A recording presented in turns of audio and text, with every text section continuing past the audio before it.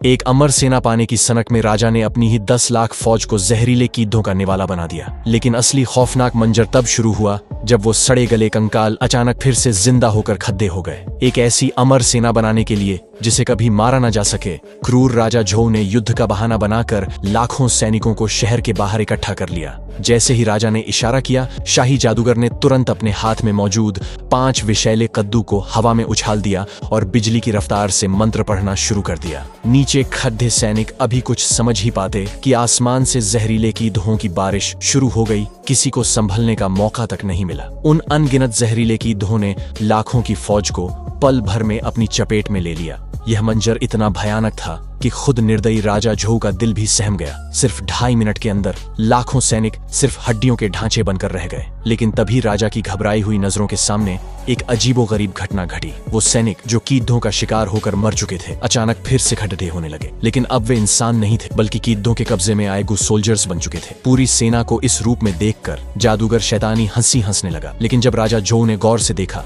तो उसके होश उड़ डेढ़ गए। राजा ने देखा कि जादूगर ने एक भयानक सेना तो खद्देदी कर दी है, जिससे उसे लगा कि अब पश्चिमी कीवी का बच पाना नामुमकिन है। लेकिन आखिर यह सब हुआ कैसे? दरअसल एक पिछली जानलेवा जंग के बाद घायल वैन ताइशी ने वापस लौटकर सुझाव दिया कि पश्चिमी कीवी अभी कमजोर है, उन पर हमला कर देना चाहिए। राजा झोउ ने तुरंत अपनी सेना के सबसे बेहतरीन योद्धाओं को चुना और अपनी भरोसेमंद कमांडर श्याओ मेई को सेनापति बना दिया। श्याओ मेई मोजिया के 4 जनरलों और हजारों सैनिकों को लेकर हमले के लिए निकल पड़ी। जल्द ही शांग सेना नदी पार करने लगी, लेकिन उन्हें नहीं पता था कि वे दुश्मन के जाल में फंस चुके हैं। जैसे ही सैनिक नदी के बीच में पहुंचे, पुल अचानक टूट गया और सैनिक पानी में गिर गए। लेकिन श्याओ मेई घबराई नहीं। उसने जनरलों को डूबते सैनिकों को बचाने का हुक्म दिया और खुद बाकी सेना लेकर आगे बढ़ गई। जल्द ही वे एक ऊंची घाटी में पहुंचे। श्याओ मेई समझ गई कि यहाँ दुश्मन ने घात लगा रखी है, फिर भी वह डरी नहीं। उसने हमला जारी रखा। मोजिया के 4 जनरलों की ताकत के आगे दुश्मन की एक न चली और उन्हें भागना पड़ा था। दुश्मन के नेता जीफा ने भागने की कोशिश की, लेकिन श्याओ मेई ने उसका पीछा किया।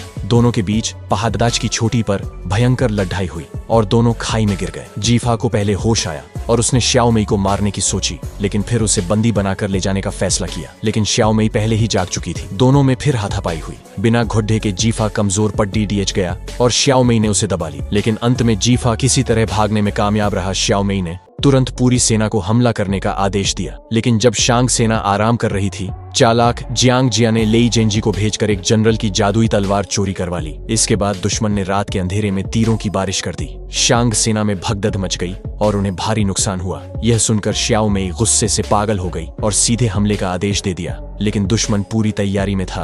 भीषण युद्ध में जीफा ने आखिरकार श्याओ मेई को बंदी बना लिया। यह खबर जब राजा झोउ तक पहुंची तो वह आग बबूला हो गया। उसने शेन गोंगबाओ को बुलाया और हुक्म दिया कि किसी भी कीमत पर दुश्मन को खत्म किया जाए। यही वो पल था जिसके कारण शुरुआत में दिखाई गई वह भयानक कीड़ा सेना बनाई गई थी। लेकिन उधर श्याओ मेई को जीफा से सच पता चल गया कि उसके पिता का असली कातिल कोई और नहीं बल्कि खुद राजा झोउ था।